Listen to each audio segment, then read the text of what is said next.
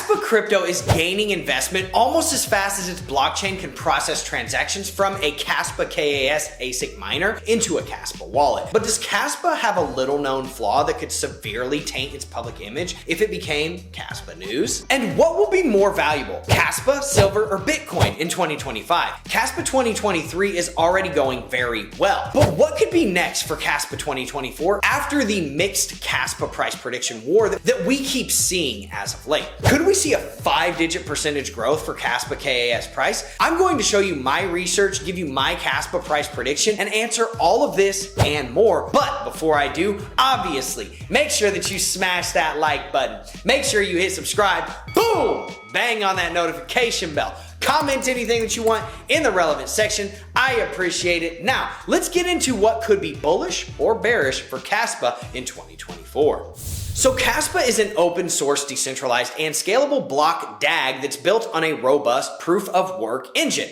Wow, mouthful, I know. This basically means that it's incredibly fast and efficient, and it can handle a high volume of transactions without over-compromising on security and decentralization. That's the TLDR. Kaspa claims that it is the fastest open source, decentralized, and fully scalable layer 1 in the entire world. The Kaspa team believes in this very strong claim because Kaspa operates on the Ghost DAG protocol. DAG essentially stands for Directed Acyclic Graph. Ghost DAG is what Kaspa calls its block DAG, which is the generic term for a ledger system that is an alternative to the very popular blockchain. DAGs process more transactions per second with lower energy and fee requirements, and they are often seen as more scalable than blockchains themselves. Now, Kaspa runs on truly innovative ledger technology, and in a minute, I'm going to show you why this tech is taken seriously by other major crypto founders. But let's pivot out of the tech into the business model of Kaspa. How has Kaspa been doing at marketing their project and building partnerships? Because just because you build it doesn't mean they are going to come.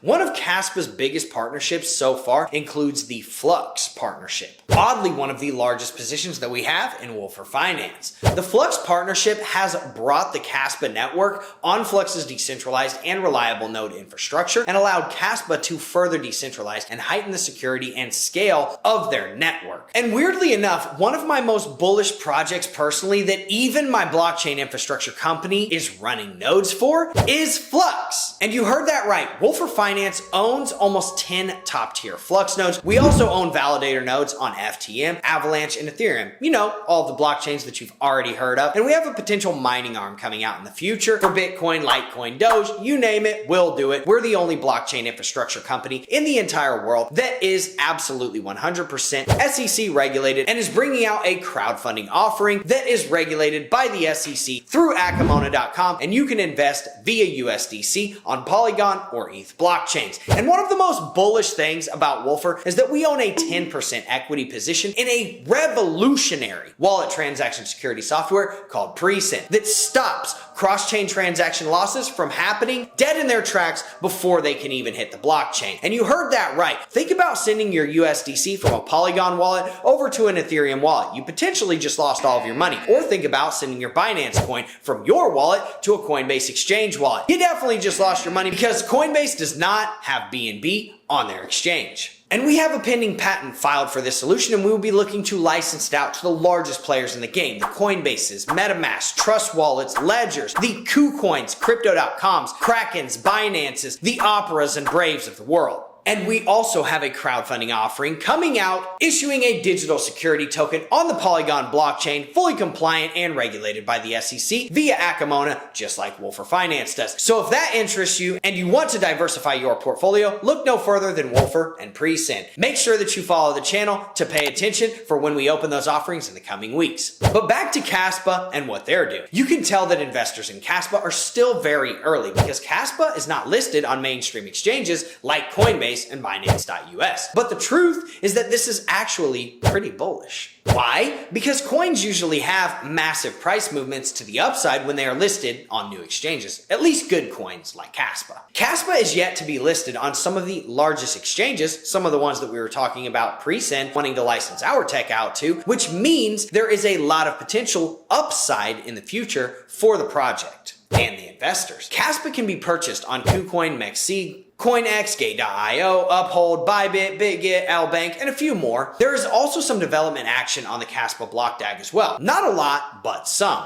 Change, Zelcore, Tangem, and OneKey are all dApps that are deployed and operational on Kaspa, but these are just 4 wallets. Kaspa's mainnet has been launched since November of 2021, but there is very little development on top of their block DAG as it sits. This is a clear opportunity for improvement of Kaspa. Now, I think it's impressive when some of the most respected leaders of the crypto space cite you in their speeches and even project white papers. And perhaps no crypto founder is cited more than Yonatan Sampolinsky, the founder of Kaspa. Well, none other than Satoshi, of course. The AVAX white paper cites Yonatan's Phantom Ghost DAG paper, and the Polkadot white paper cites Yonatan's Inclusive Blockchain Protocols paper. And in the video on the screen, Cardano founder Charles Hoskinson makes a reference to the Ghost paper and cites Yonatan Sampolinsky by name. And in this clip, Ethereum founder Vitalik Buterin references him by name as well. Are you starting to get the picture? There are many other references to the Kaspa founder that can be found in the cryptoverse, but I wanted to show you some of these for a reason. Yonatan is clearly an influential figure in the crypto development circles that matter, and it's very interesting that he has now decided to start working on a project of his own. The rest of the Kaspa team is made up of crypto development experts. Surprise, surprise. They're led by Alexander Kuzmin, who has over 10 years of experience in software development and has worked on several successful blockchain projects. The team also includes experienced developers, marketers, and community managers who are all dedicated to making Kaspa a success. KAS is the native token of the Kaspa blockchain, and it's used for a variety of purposes, including mining rewards, transaction fees, and governance. Kaspa has a max supply of 28.7 billion KAS. With a current circulating supply of just over 71%, many investors see Kaspa, or KAS's tokenomics as well above average. Another very appealing trait of the Kaspa token is that there was no ICO and no vesting phase or pre-mining. This means that the distribution of KAS tokens is generally pretty equitable, and there is limited risk of a small group of investors holding a disproportionate amount of tokens controlling the blockchain. Despite this, the YouTube channel Invest Answers showed that sharks and whales still hold a disproportionate amount of KAS relative to the KAS holdings of smaller wallets. This is actually an interesting case study in early crypto investment. The whales that would have been among the privileged few to get discounted KAS likely had to pay market price just like the rest of the public, even though they were still throwing in a lot more money. I think whales are just doing what they do best, gobbling up liquidity early, no matter what the asset is and no matter how they have to get it. The risk is too low early on for them not to buy. And if the project ends up doing well and exceeding expectations through the growth phase, then the whales just may be incentivized to stick around. Speaking of the future of Kaspa, the project has a clear and ambitious roadmap. As of this recording, the roadmap includes getting listed on more exchanges and upgrading the consensus to follow the DAG-Knight protocol. They also want mobile wallet development, Rust language integration, smart contract implementation, and say it with me, increasing scalability and performance. The Kaspa community is excited for the future, and the Kaspa community grows every day because of it. With constant exposure from growing YouTube channels like Crypto Archie,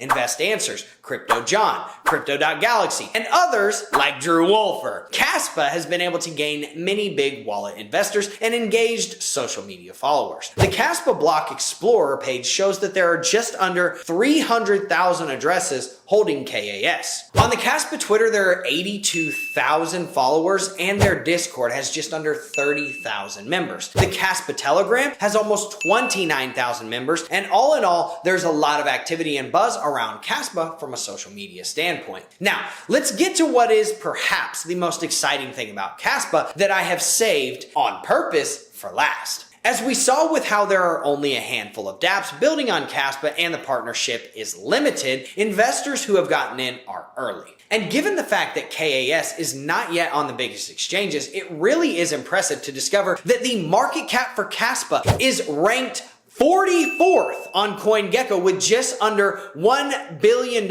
in market cap. That places Kaspa in a peer group with Arbitrum, Aave, XDC, Near Protocol, Optimism, Maker, all without being listed on Coinbase or Binance. coins. The 25,763% rise of Caspa has been really impressive to watch. That I can actually admit. So either one of two things are true here. Either Caspa is way overbought and in a bubble, or some pretty serious capital has bet on Caspa doing well because of its respected founder, Yonatan Sampolinsky. Yonatan waited until November of 2021 to launch Caspa, and given the amount of deep crypto knowledge and experiences that he holds, there's a chance that Caspa could continue to convince investors that it is the ultimate secret to solve the trilemma in blockchain. I could see another 5-figure percent upside over the next bull run for Caspa, because that's over a 10x. That's a potential 100x, and that is because they have so many bullish events still to come. Let me know what you think about Caspa in the comments section. Have you heard of a block DAG before? And if you want to watch each video on my channel as soon as they drop, obviously, make sure that you smash that like button, make sure you hit subscribe,